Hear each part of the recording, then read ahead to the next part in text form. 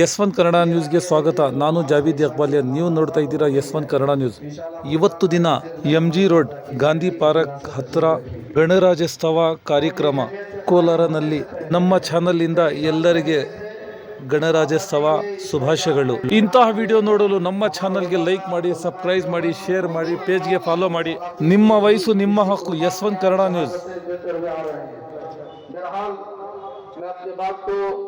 आगे बढ़ाते हुए हमारे स्टेज पर जितने मेहमान ಕಾಲೇಜ್ ವಿದ್ಯಾರ್ಥಿಗಳು, ಸ್ಕೂಲ್ ವಿದ್ಯಾರ್ಥಿಗಳು ಬಿಟ್ಟರೆ ಯಾರಿಗೂ ಗೊತ್ತಿಲ್ಲ ಮೂಲಭೂತ ಹಕ್ಕು ಯಾವುದು, ಫಂಡಮೆಂಟಲ್ ರೈಟ್ಸ್ ಅಂತ ಹೇಳ್ತೀವಿ.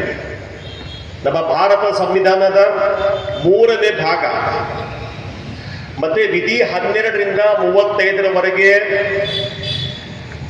ಸುಮಾರು 6 ಮೂಲಭೂತ ಹಕ್ಕುಗಳನ್ನ ಪ್ರತಿಯೊಬ್ಬನಿಗೆ ಹಕ್ಕು ಇದೆ. ಅದರಲ್ಲಿ ಮೊದಲನೇ ಹಕ್ಕಿನ ಬಗ್ಗೆ ನಾನು ಒಂದು 5 ನಿಮಿಷ ಮಾತಾಡ್ತೀನಿ. ಸಮಾನತೆಯ ಹಕ್ಕು, ಈಕ್ವಲ್ ರೈಟ್ ಅಂತ ಹೇಳ್ತೀವಿ. ಅಂದ್ರೆ ನಮ್ಮ ದೇಶದ ಭಾರತದ ಸಂವಿಧಾನ ಪ್ರತಿಯೊಬ್ಬರಿಗೂ ಸಮಾನ ಹಕ್ಕನ್ನ ಕೊಟ್ಟಿದೆ. ಎಲ್ಲರೂ ಸಮಾನರು. ಆತ ಹಿಂದೂ ಆಗಿರಲಿ, ಆತ ಮಸೀದಿಗೆ ಹೋಗೋದಾಗಿರ್ಬೋದು, ಒಬ್ಬ ಕ್ರೈಸ್ತನಾಗಿ ಚರ್ಚ್ಗೂ ಹೋಗ್ಬೋದು,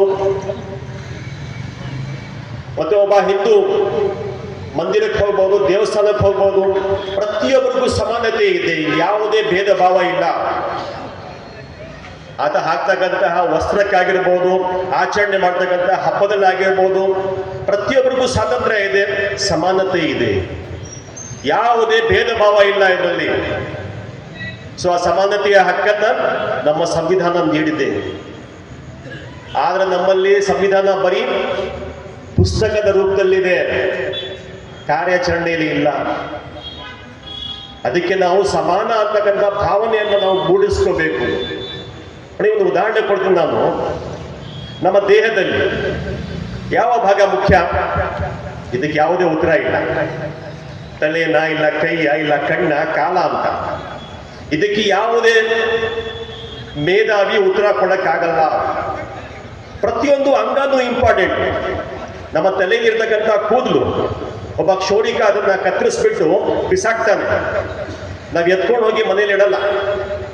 ಹೇಗೆ ಗಾಡಿ ಪಾರ್ಟ್ಸ್ ನಾವು ಚೇಂಜ್ ಮಾಡಿದ್ರೆ ಕೆಟ್ಟೋಗಿರೋ ತಗೊಂಡೋಗಿ ಇರ್ತೀವಿ, ಅಟ್ಲೀಸ್ಟ್ ಸ್ಕ್ರಾಪ್ ಹಾಕೋಣ ಅಂತ.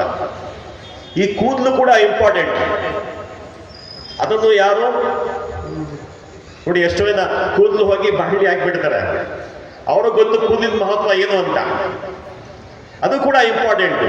ಸೊ ಹೀಗೆ ನಮ್ಮ ದೇಶದಲ್ಲಿ ಮುಸ್ಲಿಂ ಇಂಪಾರ್ಟೆಂಟಾ, ಇಲ್ಲ ಹಿಂದೂ ಇಂಪಾರ್ಟೆಂಟಾ, ಜೈನ, ಕ್ರಿಸ್ತ, ಇದಕ್ಕೆ ಯಾವುದೇ ಉತ್ತರ ಇಲ್ಲ. ಪ್ರತಿಯೊಬ್ಬರು ಪ್ರಮುಖವಾಗಿರ್ತಕ್ಕಂಥವ್ರು. ನಮ್ಮ ಭಾರತದ ಇತಿಹಾಸವನ್ನು ನೋಡಿದಾಗ ಸ್ವಾತಂತ್ರ್ಯಕ್ಕಿಂತ ಮುಂಚೆ ನೀವೆಲ್ಲ ಕೇಳಿರ್ಬೋದು, ಓದಿರ್ಬೋದು. ಮುಸ್ಲಿಂ ಲೀಗ್ ಆಗಿರ್ಬೋದು, ಕಾಂಗ್ರೆಸ್ ಅಧಿವೇಶನ ಆಗಿರ್ಬೋದು, ಜಲಿಯನ್ ವಾಲಾಬಾಗ್ ದುರಂತ ಆಗಿರ್ಬೋದು, ಪ್ರತಿಯೊಂದರಲ್ಲಿ ಪ್ರತಿಯೊಬ್ಬರ ಪಾತ್ರ ಇದೆ. ಮುಸಲ್ಮಾನ್ ಆಗಿರ್ಬೋದು, ಹಿಂದೂ ಆಗಿರ್ಬೋದು, ಕ್ರೈಸ್ತರಾಗಿರ್ಬೋದು, ಅಲ್ಲಿ ಯಾವುದೇ ಧರ್ಮ ಇಲ್ಲ. ಪ್ರತಿಯೊಬ್ಬರು ಭಾರತೀಯನಾಗಿ ಪ್ರಮುಖವಾಗಿ ಪಾತ್ರವನ್ನು ವಹಿಸಿದ್ರು. ಆದ್ರೆ ಇವತ್ತು ಯಾಕೋ ನಮ್ಮ ಸರ್ಕಾರಗಳು ನೀವು ಆಳ್ವಿಕೆ ಮಾಡಿ, ಒಳ್ಳೆ ಆಡಳಿತ ಕೊಡಿ, ಓಟ್ ಕೇಳಿ ಹಾಕೋಣ. ಆದ್ರೆ ನಮ್ಮಲ್ಲೇ ಫಿಟ್ಟಿಂಗ್ ಇಟ್ಟು, ನಮ್ಮಲ್ಲೇ ಭೇದ ಭಾವ ತೋರಿಸಿ, ದಯವಿಟ್ಟು ನಾನು ಕೇಳ್ಕೊಳ್ತೀನಿ, ಈ ಒಂದು ಸಮಾರಂಭದಲ್ಲಿ ನಮ್ಮನ್ನ ಹೊಡಿಬೇಡಿ. ನಮ್ಮನ್ನ ಹೊಡೆಯೋದು ಹೇಗೆ ಅಂದ್ರೆ ನಮ್ಮ ಅಂಗಾಂಗಗಳನ್ನ ಬೇರೆ ಮಾಡೋದು. ಕೈ ಸಪ್ರೇಟ್ ಮಾಡಿಬಿಟ್ರೆ ದೇಹ ಕೆಲಸ ಮಾಡಲ್ಲ, ತಲೆ ಸಪ್ರೇಟ್ ಮಾಡಿಬಿಟ್ರೆ ದೇಹ ಕೆಲಸ ಮಾಡಲ್ಲ. ಅದು ಅಪೂರ್ಣವಾಗಿರುತ್ತೆ. ಸೊ ಹೀಗೆ ಹಿಂದೂವನ್ನ ಕಡೆಗಣಿಸಾಗಿರ್ಬೋದು, ಇಲ್ಲ ಮುಸ್ಲಿಮನ್ನ ಕಡೆಗಣಿಸಿದಾಗ ದೇಹವನ್ನ ತುಂಡು ತುಂಡು ಮಾಡ್ದಂಗೆ ಆ ದೇಹ ಏನಕ್ಕೂ ಕೆಲಸಕ್ಕೆ ಬರಲ್ಲ. ಸೊ ಹೀಗೆ ಒಂದು ಸಮಾರಂಭದಲ್ಲಿ ನಾನು ಬೇಡ್ಕೊಳ್ಳೋದಷ್ಟೇ, ನಾವು ಹಿಂದೂ ಆಗಿರ್ಬೋದು, ಮುಸಲ್ಮಾನ್ ಆಗಿರ್ಬೋದು, ಯಾರೇ ಆಗಿರಲಿ, ನಾವು ಭಾರತೀಯರು.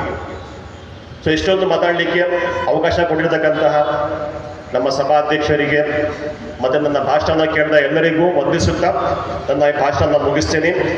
ಜೈ ಭಾರತ್, ಜೈ ಸಂವಿಧಾನ್, ಜೈ ಭೀಮ್. ಧನ್ಯವಾದಗಳು.